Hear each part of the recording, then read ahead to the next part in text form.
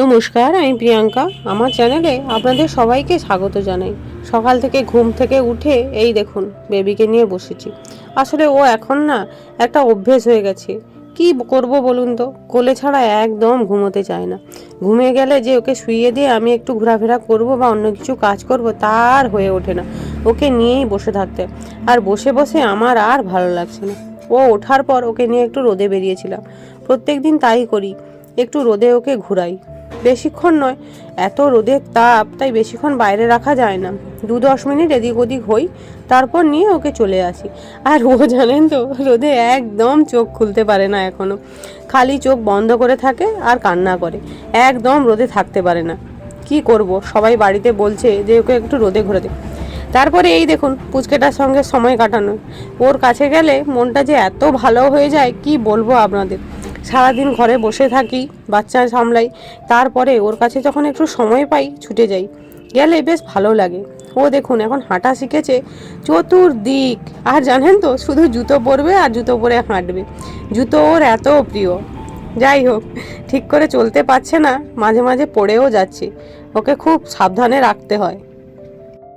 আর ও হাত ধরে হাঁটতে ভীষণ পছন্দ করে, তাই আমি ওকে হাত ধরে একটু হাঁটাচ্ছিলাম। আবার আমি একা ধরলে হবে না, ওর মাকেও খোঁজে। মা আর আমি দুজন মিলে 2 হাত ধরি আর ও হাঁটে। এখন নতুন নতুন হাঁটতে শিখেছে, শুধু হাঁটবে। মাঝে মাঝে পড়েও যায়, জানেন তো কি কষ্ট লাগে। কোথায় এই পা ছিঁড়ছে, এই হাত ছড়ছে, এই মোটামুটি সারাদিন চলতে থাকে। যাই হোক, ওর কাছে গেলে মনটা খুব ভালো হয়ে ওঠে। এদিকে আমার বাবা আজকে মাইক্রো ল্যাব উদ্বোধন হলো আমাদের নন্দীগ্রামে, সেখানেই গিয়েছিল ব্লাড দিতে। সেখানে এই হলদিরাম প্রভুজির মতিচুরের লাড্ডু, সরি মতিচুর নয়, এটা হচ্ছে বেসনের লাড্ডু দিয়েছিল, সেটাই বাবা দেখাচ্ছে। আসলে আমরা হলদিয়াতে ব্লাড টেস্ট করতে যেতাম মাইক্রোতে। এখন ওই মাইক্রো ল্যাবটা নন্দীগ্রামে হওয়াতে আমাদের ভীষণ সুবিধা হয়েছে, জানেন তো। এত দূর যাওয়া, আর জানেন তো বাবা মার সুগার আছে, সুগার প্রেশার, ওই জন্য প্রায় মাসে মাসেই, 1 মাস নয় 2-3 মাস অন্তর অন্তর চেক আপ করিয়ে রাখতে হয়। এখানে কাছে হয়েছে, খুব ভালো হয়েছে। সেটাই আমি আর বাবা আলোচনা করছিলাম।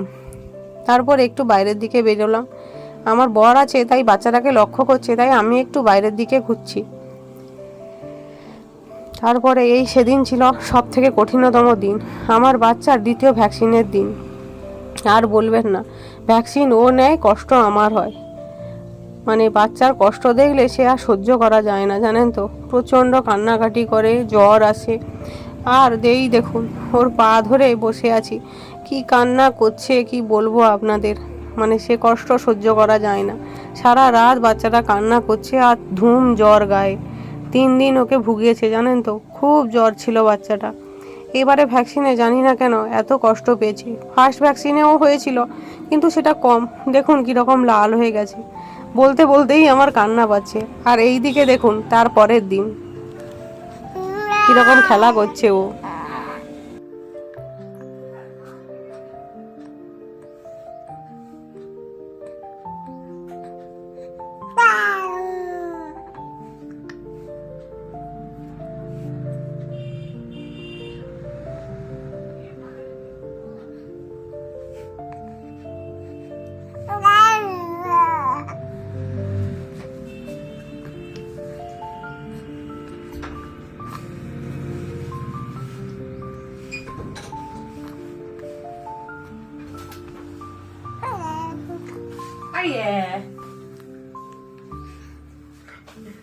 এই তো হাসিরা দিল।